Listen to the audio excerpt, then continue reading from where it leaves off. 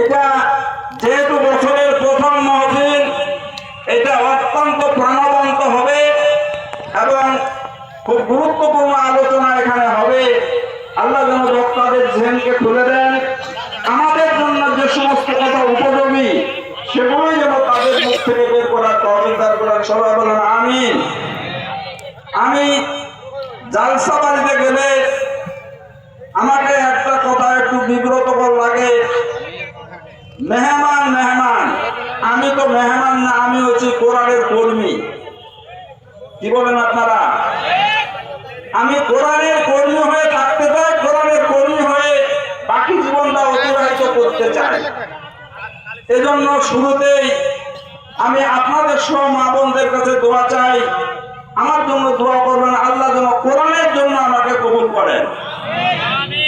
আমি মহাগ্রন্থ আল কোরআনের সূরা নিসা নামে একটা সূরা আছে, আমার হাফেজ নাসিরউদ্দিন সাহেব এতক্ষণ যাবৎ ওয়াজ করে মা বোনদের একটু কায়দা শরীফের আদর করেছে, আলহামদুলিল্লাহ। দুই পক্ষে কথা বলছেন তিনি।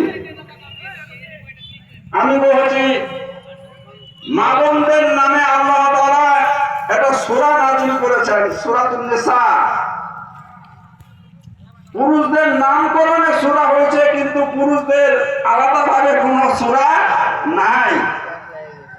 মা বোনদের সম্মান আল্লাহ তাআলা বাড়িয়ে দিয়েছেন যে নিসা নামে একটা সূরা কোরআন শরীফের। নিসা মানে হলো ইমরাতুনের বহুবচন, ইমরাতুনের বহুবচন মানে মহিলাদের শানে আল্লাহ তাআলা কোরআন শরীফে এই সূরা দিয়েছেন এবং সেটা আমরা পড়ি। তার এই ৭৬ নম্বর একটা আয়াত আপনাদের কাছে তেলাওয়াত করেছি।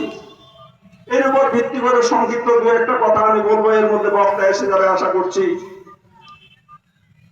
আমার এইটা আমি বলতাম না,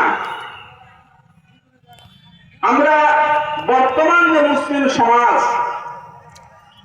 আর নবীর যুগের যে মুসলমান ছিল, আমরা কি সমান?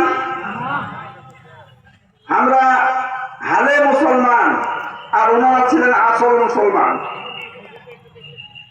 তো ওই মুসলমানদের মুসলমানি চরিত্রটা কেমন হবে, কেমন ছিল, এটা কোরআন শরীফের বিভিন্ন জায়গায় আলোচনা করা হয়েছে। আপনারা সূরা মুমিনুনের শুরুতে দেখবেন, ওখানে বলছেন আল্লাহ তাআলা